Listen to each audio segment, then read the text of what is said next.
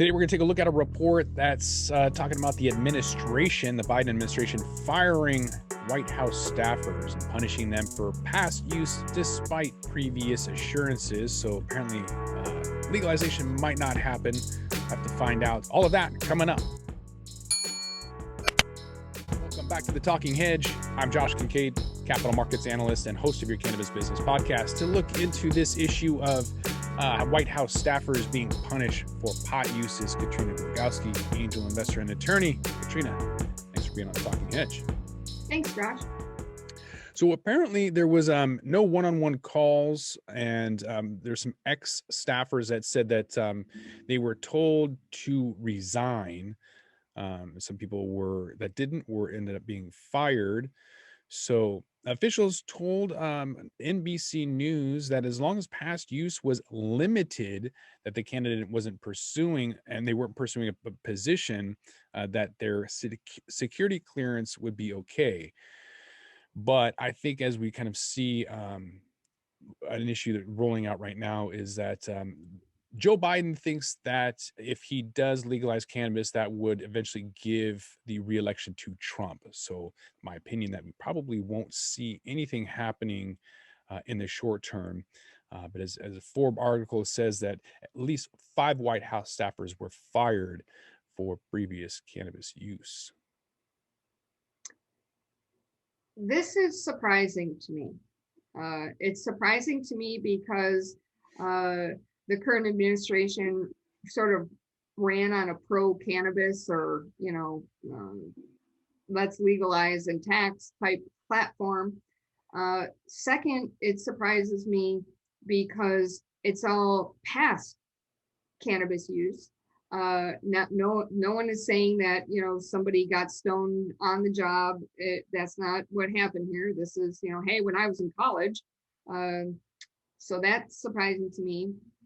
And then lastly, it's surprising to me because some of these disclosures came from legalized states.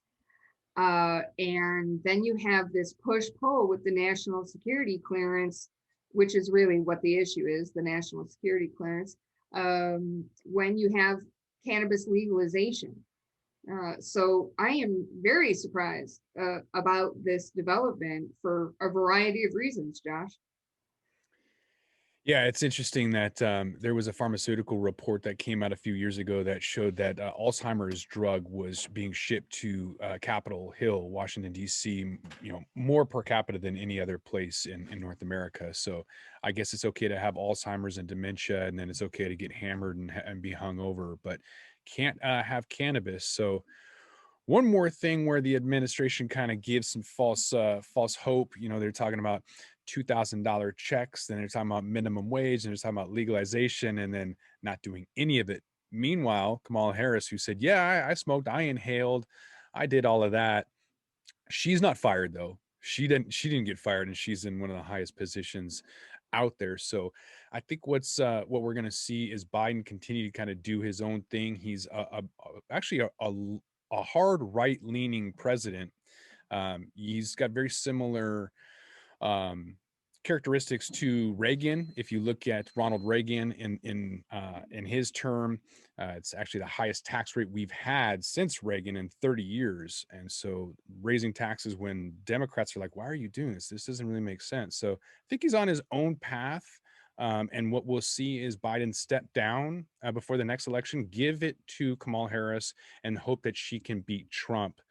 So he's just going to go in his own destructive path to do whatever he wants to do. It's not going to have anything to do with cannabis, unfortunately. So I think the next 3 years, maybe the stock market, the cannabis pot stocks will move sideways. Don't know.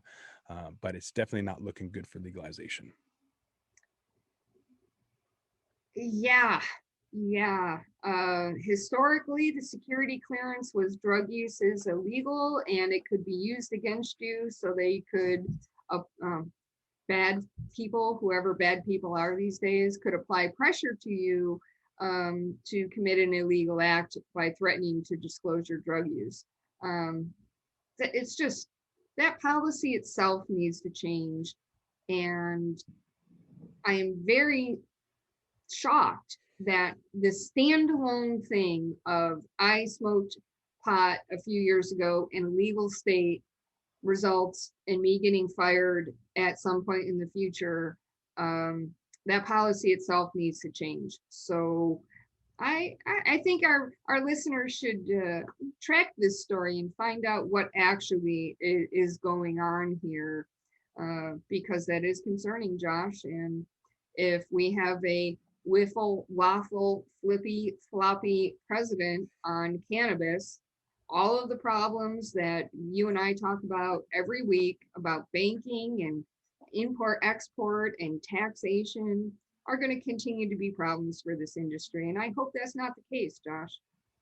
Yeah, as more and more states have legalized, it kind of just shows, that push. I think it's in the 70th percentile of approval across the country. So for him to even say that is tone deaf, I don't think he really cares, though. I think he has his own constituents and his own agenda and his own path, and it's has nothing to do with the people. I think he's made that very, very blatant already, and I think we've got 3 more years of um, big government and pro Wall Street and traditional right wing policies that Joe Biden is going to put in place. And I don't think cannabis is anywhere near that, unfortunately. So, with that, you are going to have to come back to the Talking Hedge and find out. I want to thank my guest, Katrina Gogowski, angel investor and attorney.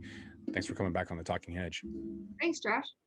I'm Josh Kincaid. This is the Talking Hedge. Don't forget to like, share, and subscribe, or don't forget to smash that like button on your way out and check out these other videos that we've got.